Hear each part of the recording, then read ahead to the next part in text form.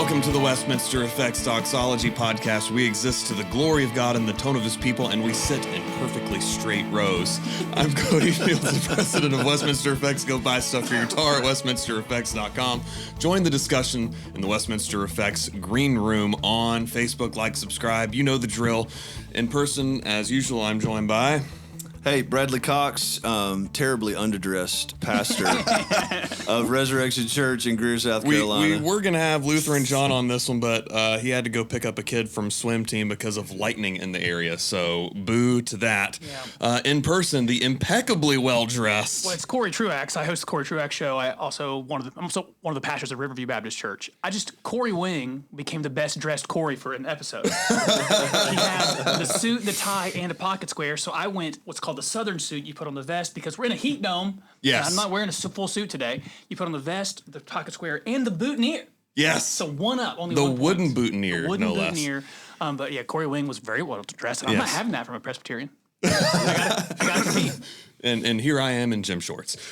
So we've done this series, The Common Thread. Yes, and let's talk about the Southern Baptist Convention and couple that with how many years have we done this with you, our annual SBC recap with It's you? 7 or 8, right? It's got to be something I like think that. it's been that many. I think it's 8. I think so. Wow. So we here at Resurrection Church are not in the SBC, but we're very SBC friendly. Sure. We gobs of friends in the SBC, and we just recognize the SBC is kind of important. Yeah, we're the largest denomination in the country. Right. And so immediately within our common thread definitions, you're going to have some people who are just freaking out at you about the fact that you just used the word denomination. I know, yeah.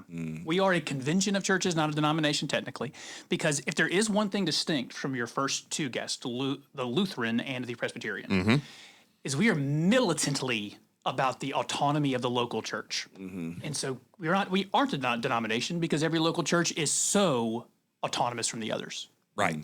Right. And we're all about church autonomy. We don't like being told what to do either, Bradley, right? Well, I mean, I think it's more than that, right? I mean, I think it's a recognition of the fact that a congregation of people should be self-governing, and to create spaces where local churches can cooperate and partner together is the right thing. Yeah.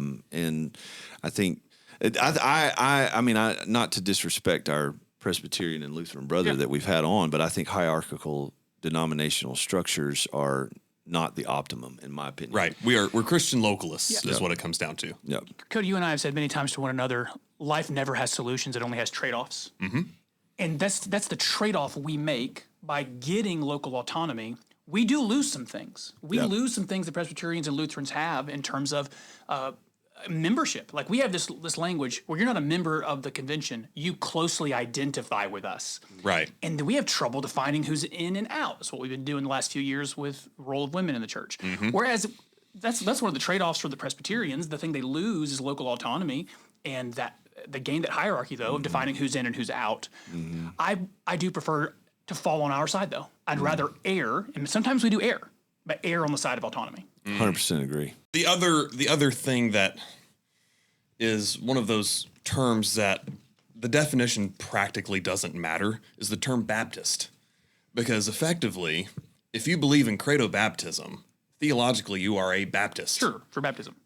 And that's about the defining feature of the title of the Southern Baptist Convention, right? You're Trinitarian, you believe in believers' baptism, and you believe in church autonomy. Is that pretty much it? I mean, you get the Baptist Faith and Message out 2000, or you get the London Baptist Confession out of 1689. I think I'm right about that. And yeah, you'll find everything you just say. But then because there's so many, man, I was just in a room with 10,000 Baptists. Here I am, a Reformed Baptist. Theologically, I'm basically a Presbyterian who doesn't baptize kids and is because I'm a covenantalist, not a dispensationalist. There's a bunch of us. There's a whole other group of Baptists who would react negatively to me just saying I'm basically Presbyterian that doesn't baptize kids, because they're very distinct from the Presbyterians in their dispensationalism and a lot of other things. So I guess that's what's one of our big distinctions is believers' baptism, as opposed to I suspect Lutherans are like Presbyterians and that they are Are those baby pedo baptizers? Yep. Both of them? Yep. Okay. Yeah. So that is another one of our doctrinal distinctions from those. I think what to me is it's one of the things I admire most about the Southern Baptist Convention is that I think it makes room in the right areas. You know, I know that you might find two pastors that are both in the Southern Baptist Convention that might have a pretty heated discussion on the doctrine of grace versus, Arminian theology. Yes. But there's room in the Southern Baptist Convention for both. Yeah. There's room in the Southern Baptist Convention for differences of opinion about eschatology. Which I think those are the right, Al Mohler's theological triage that we've talked about before with, tier 1, tier 2, and tier 3 issues.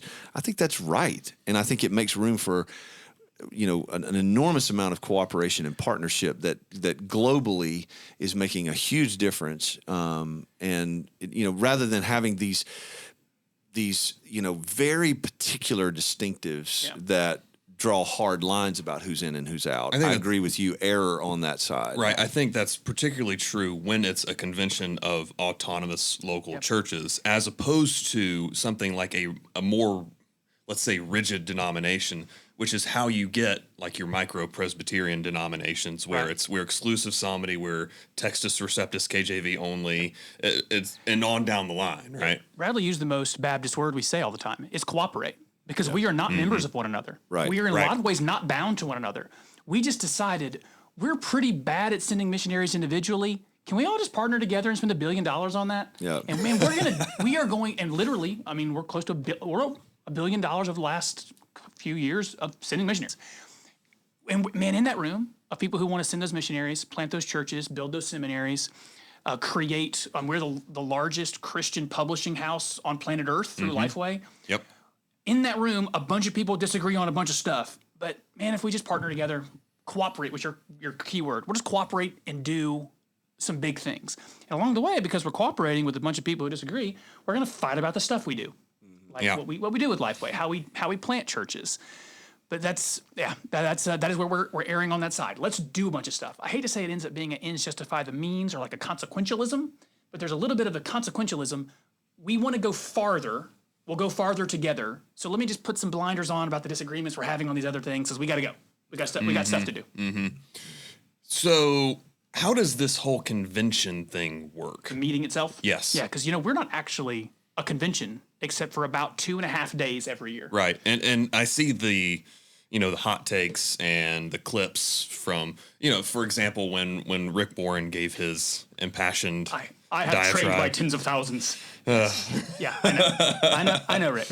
Et cetera, right? So here, I like to outline it this way. When we go and meet together, the annual meeting, the first thing is the convention speaks to us. And it used to be very necessary because we only get together once a year. We own 14 entities. That's what we call our divisions, 14 entities. And so we would all need to come back together and say, hey, we gave you guys a bunch of money all year. What'd you do with that? And so the convention speaks back to us. Here's all the stuff we published. Here's how the seminaries are doing. Here's how many missionaries we sent. Here's how many churches got planted. Here's how our women's ministry is doing. Here's all the stuff we did. So they needed a report to us. Then we speak back to the convention. So part one, they speak to us. Part two, we speak back to them in asking some questions about what they just reported to us, but in large part making motions. Hey guys, here's 10,000 of us in the room. Some of us got some ideas. We'd love to know if one of the entities would do this, or we wonder if the executive committee that actually is around all year long in Nashville, they're at work every day. We wonder if you guys might do this. So they speak to us, we speak to them, and then we argue about the stuff we said, about whether or not they're going to do the things we asked them to do, Right. and if how they respond to us, and that's where we get into the nitty gritty. So that's usually how the annual meeting concludes. And then we actually do some things together, like we do resolutions. They are utterly unbinding. It's just some guidance to our churches and to the country. Hey, here's what the Baptists think about gambling through sports apps. Here's what the Baptists think about marriage and abortion and sexuality and pornography. Officially decried the Obergefell decision this year, right? We sure did. Yeah, that convention of churches that you heard has gone so liberal used some really strong language about wanting that decision overturned and affirming life and the necessity of marriage between one man and one woman, and men to be men and women to be women to take on their unique roles. Yeah, that resolution, though, I thought about I thought about this as I'm now almost 40. I'm technically one of the younger Baptists in that room. As time goes by, I think those resolutions are going to diminish in importance. Because if I think about the convention annual meeting 20 years ago, we didn't have the social media to tell each other what we all thought. And so we needed to come into a room and go, all right, when you guys go back and start preaching over the next year, here's some guidance. Here's some stuff we all think. Now we just constantly tell each other what we think, and we argue about it 24/7 in Facebook groups. So I wonder how much that will diminish in importance over time. So that's what we do. They talk to us, we talk back to them, we argue about the things we said, and then we do some resolutions. Oh, we heard some banger sermons while we're there, usually two, and we worship a lot. It's the only time I get to sing in a room with 10,000 people. Yeah. That's fun to sing in a room with 10,000 people. Yeah. You got anything? No. Okay. I'm good. So the big three debates this year, we had the law amendment, which is, so the Baptist Faith and Message says that the office of pastor is reserved to qualified men per Scripture, period. My understanding, and correct me if I'm wrong, is that to remove a church from friendly cooperation with the SBC requires a vote on the floor of the SBC as the Constitution stands. Yes. And so the law amendment would effectively make that open for that particular case of churches ordaining women as pastors that would allow the executive committee to actually go ahead and just remove them. Is that correct? So we don't have to do it once a year where we just have one big purging at the annual meeting. The executive committee could do it, and not just could. This Law Sanchez amendment, because a guy named Sanchez has come and added to it. That's too many syllables, though. The Law Sanchez amendment to give them not permission, but direction. Do this thing. Yeah. Stop not doing it. The credentials committee comes and here's a case from a church here in South Carolina, New Spring, and who has a woman preaching every 3 or 4 or 5 weeks. And the credentials committee comes back and says, we found that they're in friendly cooperation. How did you find that? Right. By what standard? And so this Law Sanchez amendment says, no ambiguity. If you're calling a woman a pastor, children's pastor, music pastor, whatever, we want to fix that. And if I can give you the sequence of events on it, here's how it works. So that part 2, the convention speaks to, or at least the people speak to the convention. Hey, convention, people in charge, we would like to add the law amendment. They say back, no, we don't want to do that. So then we say back, well, by majority vote in this room, we can decide for us to vote on it. So we overruled the chair and said, now we get to decide, everybody. We get to decide, not them. But to amend the Constitution, you need 66%, and we got to like 64%. So we overruled the chair like we're going to do every single year ad infinitum until we add this thing. We're going to go to Orlando next year, we're going to overrule the chair, and we're going to vote again. Now, there was some consternation of what came from, not the chair, was it, or the side that was allowed to argue against the amendment, correct?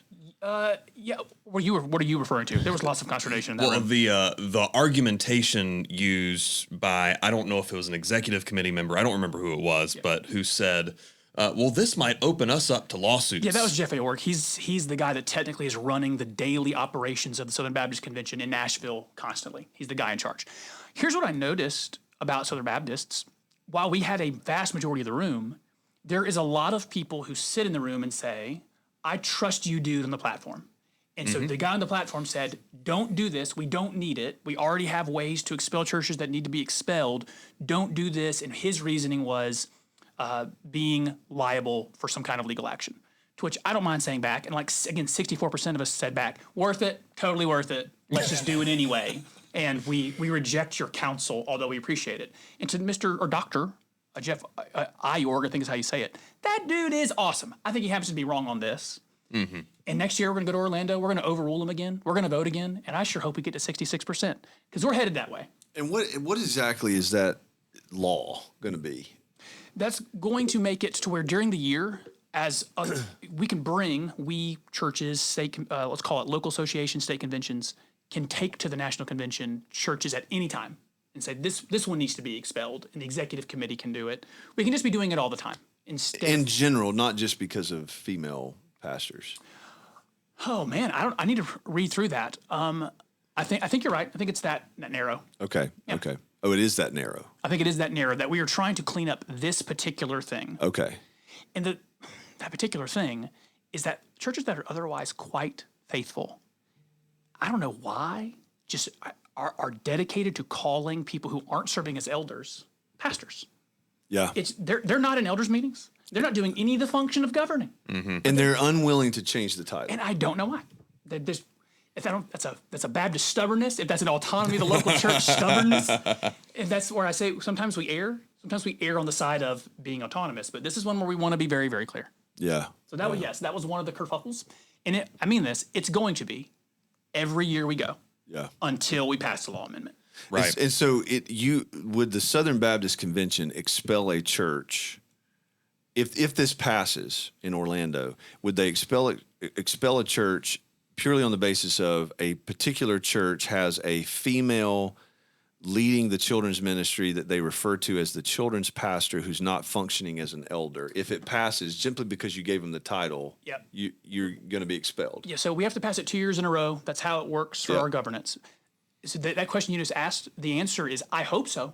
If they're doing what we told them to do, yes, that church can be given some time. Hey, make this change, or otherwise, you're not in friendly cooperation. Because the title and the role actually mean something. Yeah, we don't want to separate them. The function and the title go together, and I don't want to play any word games around that. Right. There's a first crack in every doctrinal armor, and I would argue gender roles are often the first crack, and I don't want to crack it.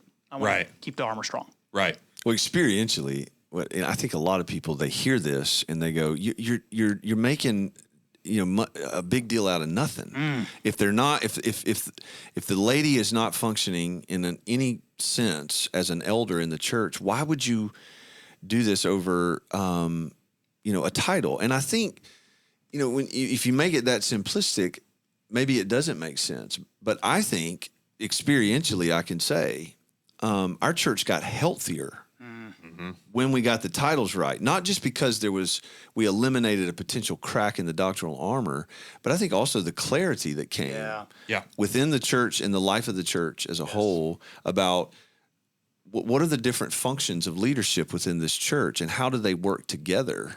We have a female who's over our children's ministry, and she's referred to as the children's minister, not children's pastor, children's minister.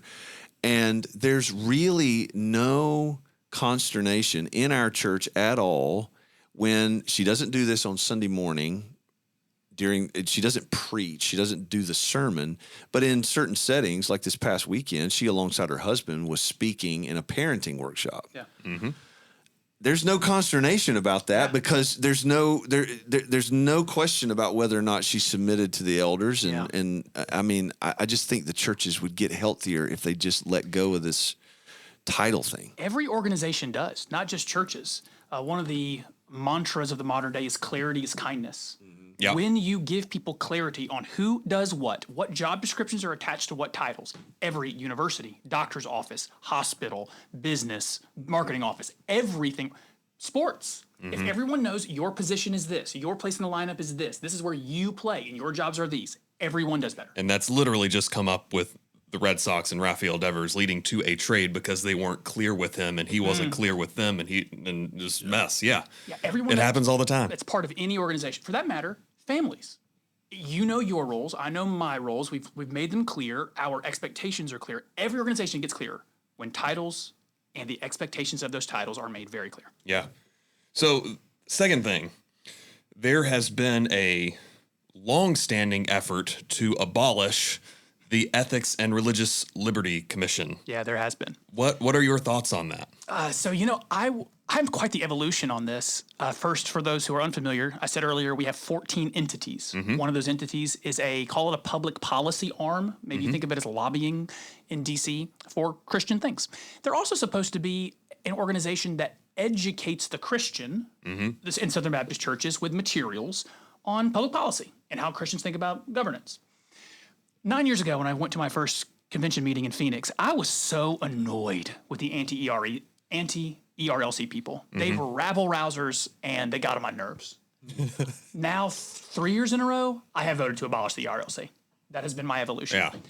In part because they just don't seem to listen. They've been told by their convention several times, we're very annoyed by the things you're doing. Might you change directions and do different things? And in 2 or 3 years in a row, they said, no, we're going to do whatever we want. We're going to keep going the direction we want. And so, again, this was here was the sequence. The motion from the people, we'd like to abolish the ERLC, please. The platform says back, no, you can't do that. We say, well, we're going to vote to overrule you so that we can vote. So we voted to overrule them. And now, again, we need big numbers. We need big numbers to now do the thing we said. And we got like a couple hundred votes off. I think it was 230-something votes away from voting to abolish the ERLC. So I'm for it. Or here's what I'm really for. I'm for the board of trustees of the ERLC that was in the room to look at the room that almost abolished them and go, maybe we should stop. Maybe we should change what we're doing. What is it that the convention wants them to change? Is this directly connected to like critical race theory and other things like that? I don't think that one as much. I think it's let me put it at least 2 categories. One is the room largely doesn't like a guy named Russell Moore because they feel Russell Moore is to the left of the convention. He led the ERLC for almost a decade. Mm-hmm. And the guy, Russell Moore left. There was a very dramatic exit for him. And the guy that took over for Russell Moore is a Russell Moore acolyte. And so because that's Brent Leatherwood. Brent Leatherwood is very much a Russell Moore figure. I like both of those men in some ways, but the room has attached Leatherwood. He's just Russell Moore to them. Until he's gone, I don't think anyone's going to be happy with it. So part of it is personality-wise, Russell Moore is personally to the left of your average Baptist. And so they don't want him running the arm. 2, they've also functionally done some things that Baptists greatly disagree with. It seems like when Louisiana or Mississippi, I can't remember which one, was going to have a true abortion abolition bill, Brent Leatherwood reaches out and says, don't do it. That was Louisiana. It was Louisiana. Yep. To which their average Baptist in the pew goes, what? You're my public policy representative, and a state is going to do a thing most of us want, and you're going to stop them from doing it? So that was part of it. And then, for example, with Leatherwood, one of his kids goes to the school that had that transgender woman. It's like female shoot up some kids. He has been part of the effort of not releasing her manifesto for whatever reason. He doesn't want it released, and I think we should all see it. We should all see why mad people kill people. Yeah. So, and again, the vast majority of the room looks at Leatherwood and that group and just says, we don't like the things you're doing. We actually, at least for me, I love the idea of an ERLC. I love the idea of a big Christian organization, having a lobbying arm and being able to mobilize people. But if you're not going to mobilize and educate in ways that match the average Baptist, and not just the average Baptist, I think the Baptist who is correct on interpreting these things, then you probably just need to go because you're causing more division. Like that's, again, trade-offs. Do I get to have a public policy arm and it causes a bunch of Baptists to be mad at each other? Or can I have more peace but not have a public policy arm? Yeah, I'll take the peace. We don't have to have a public policy arm. But why is it that the convention could not just vote to remove those that are leading it? So we can't do that. Only trustees can do that. So the way the Baptist world works is the president appoints a committee on committees. This is about to get really Baptist. The committee on committees chooses who's on the committees and the trustee boards. And each president can only choose a few people for that committee on committees. So it takes a long time to cycle out ones that you might want off. Ask Al Mohler about cycling all those people off in the conservative resurgence. Yeah. So we, the people, cannot fire anybody. The trustees of our entities can fire people. And we're going to need to get to change out some trustees if we ever want to change that leadership. And in a sense, it's kind of like how the Constitution has set up Congress. It's set it up to actually work fairly slowly. On purpose. In that sense, on purpose. Yes. It's the same kind of thing with the committee on committees and the executive committee and the committee on the committee of committees. We have a lot of committees. So who determines the budget? Like where like is that something the convention votes on or the trustees? We get a business and financial plan every year, and they make it, they create it, but we the people have to approve their plan every year. So forgive my ignorance, but why can't you just vote to not fund it? So you're on the right page. We've tried that. We've tried that, and then you do need big votes. You need like 2/3 to do a lot of these things. And so 55%, 60% of the room says, okay, we're not abolishing it, we won't fund it. Defund the ERLC. And then we we overrule the chair with a simple majority to vote on it, but then we need a supermajority to actually do the thing we want to do. Okay. And we can't quite get there. Okay. But what would be great, again, is if that board of trustees and Brent Leatherwood just looked around the room and went, we should change our ways. Or maybe even Brent just go, I'll go pastor a church somewhere. I'll do a different job. I'm causing a lot of division in my convention. Maybe I should do something else. Right. That'd be nice for him to do. Last thing in terms of the big stories, and then we'll quickly get into maybe some positive things and stuff like that. The 990 financial transparency, spearheaded by a local guy, Rhett Burns, pastor of First Baptist Travelers Rest, former sports information director at North Greenville. Very cool. That's how I know him. I interacted with him when I was a sports editor back in the day. But what's up with that, and why did it fail? All right. So here's what we're talking about. There's an IRS Form 990 that nonprofits can file that for transparency reasons, so that we can say to donors, here's how we spend our money, and here's the salaries of our top paid people. Here's some financial transparency. For example, North Greenville does one. There's a lot you can find out on the internet about North Greenville's finances. You can know our top 10 paid people. You can know how much our top 10 people get paid. You can know not the details of our balance sheet, but you can see credits to debits generally. You can see assets. You can see how financially healthy we are. Mr. Burns, Brett Burns, from Travelers Rest, has been on an effort to get more Baptist institutions, including the National Convention, tell us what's going on with the money. More transparency. Because on the line item, for example, on North American Mission Board, making up a number here, we're going to spend $50 million. And then you might have some categories that are very vague, like 4 or 5 categories, and you want to know, can I know more about those categories? How much did we give that evangelist and that evangelist kids that used to be a part of the SBC? Are you guys are you paying people you shouldn't be paying for services they're not? There's some skepticism I found. And so what Burns is trying to do is require the convention to tell us, how are you spending more of the money and who's getting paid what? Now, we again overrode the chair. The chair says, the platform says, no, we're not doing that. The people say back, let us vote. And then, so we got the vote to vote on it, but we didn't get the supermajority you need to actually do the thing. Al Mohler argued against it. Al Mohler Interesting. He did. He says, as the president of an entity, salaries are an important opaqueness for me. I don't want all my people knowing what each other get paid. It's actually not anyone's business how I'm doing business here with who's getting paid what. There's his effort, or let me say it this way. He says, I want you to know more, but not this way. I don't want it to be the 990 way. I want you to know more, but don't get down to the nitty gritty of salaries at entities and institutions. So it hurts me to say, I voted against what Al Mohler wanted to do. I love Al Mohler. So that's where that is the 990 debate. And where I say we're going to keep doing every year, we're going to overturn the chair and vote on the law amendment. Every year we're going to overturn the chair and vote on the ERLC. I don't know if we'll vote on the 990 thing again. It was soundly defeated. Whereas we had overwhelming majorities, but not quite 66% for the law amendment and for ERLC, the majority of the room was trusting the platform and saying, you don't have to tell us. You don't have to tell us how the money transparency is working. So we're way behind on that. Is there really any discussion about independent audits? I mean, Yeah, we have that's a yearly thing. You get an audit from a third party, but they're not giving us some of the information in particular one. I'll get down to the weeds. There are some bad relationships with some very prominent Baptists who were once leaders in the convention who are now out. And I think some people want some accounting about how much money they took when they left, how much money they were compensated, and now even some of their kids being I think there's some skepticism about how this is how the money's being sent, in part because, again, I said at the beginning, we're the largest denomination. This is a gigantic budget. Yeah. This is hundreds of millions of dollars. Right. Yeah. And so people want some accountability and some skepticism, or they have some skepticism. We heard at Southwestern, one of our seminaries, about some profligate spending. And people were wondering, this big event you had with this type of Christian celebrity and some of the things we saw on campus, what did you spend on this? And people wanting to have some answers about that. So, Positives.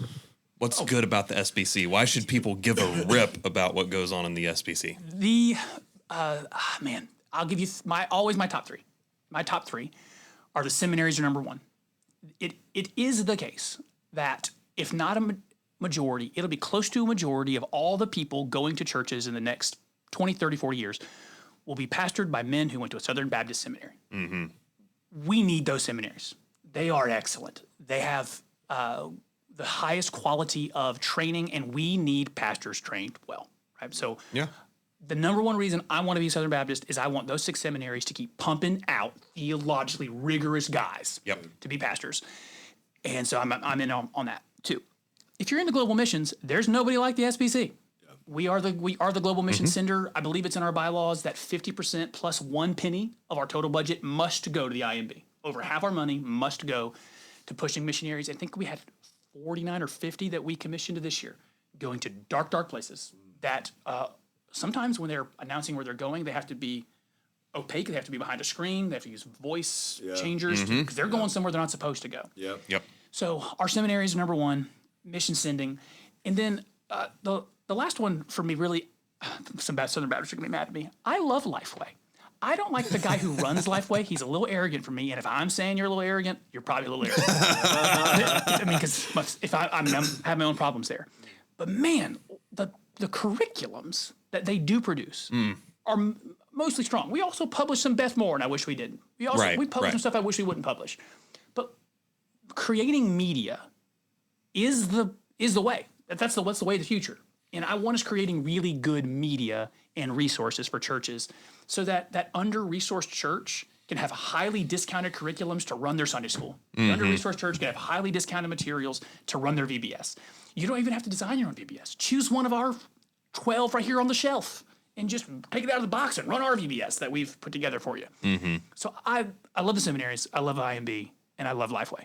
The one I'm loving less that I want to love more is the North American Mission Board is the number one church planting organization in the country. I'm getting skeptical about the quality of churches that they are planting.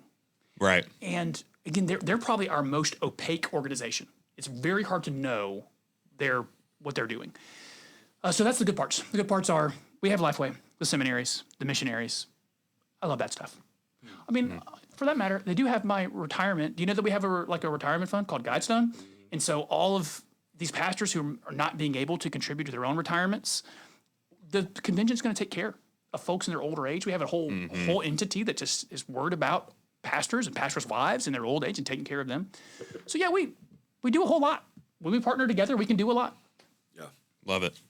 Any closing thoughts on the SBC, Bradley? I think, when something gets that big and it's like you said, error on the right things. I mean, it gets that big and you're doing that much, there's going to be big questions. Yeah. We got imperfect people running an imperfect organization that's doing a lot of good work. And so I don't know. I think some are too critical of the SBC for the arguing and the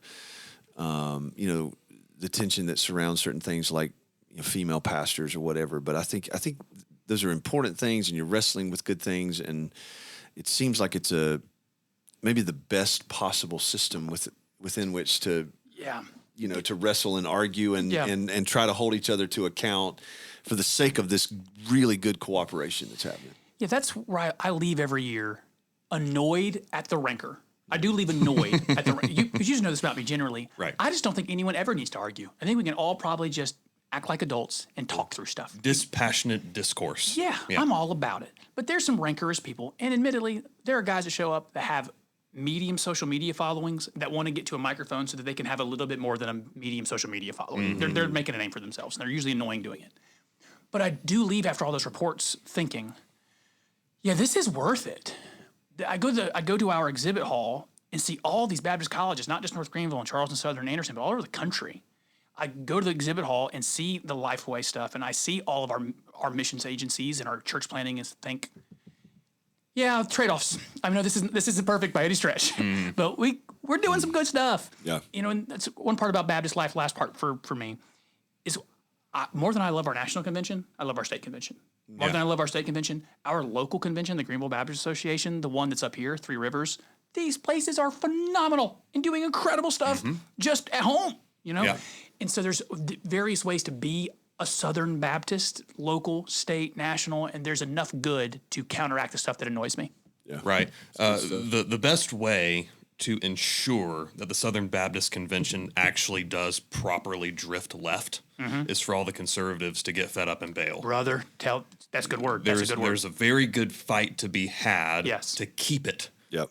It is a conservative convention. It might not quite be as conservative as we would like in some aspects. Sure. However, fight that fight and keep it conservative and keep it more biblical, and the fruit and the rewards of that are only going to be positive. You preach through Hebrews. I remember your, I think it's Hebrews 2, maybe 3, about the drift.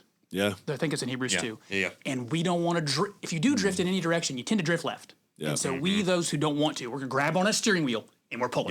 Yeah. And Good. so stick around and stick with it. Let's keep going. Where can people find you? You have a podcast and you have a social media presence, and it's centered around, as you say, your weird name. My weird name, Cory Truax, Truax. Find me on Facebook, Twitter, Instagram, or Threads. You can also find me on Sunday mornings at 10:30 at Riverview Baptist Church with those awesome folks if you want to. It seems like you've done that a couple of times For before. almost 15 years ago. Go love God, love your neighbor, make some music. We'll see you next time.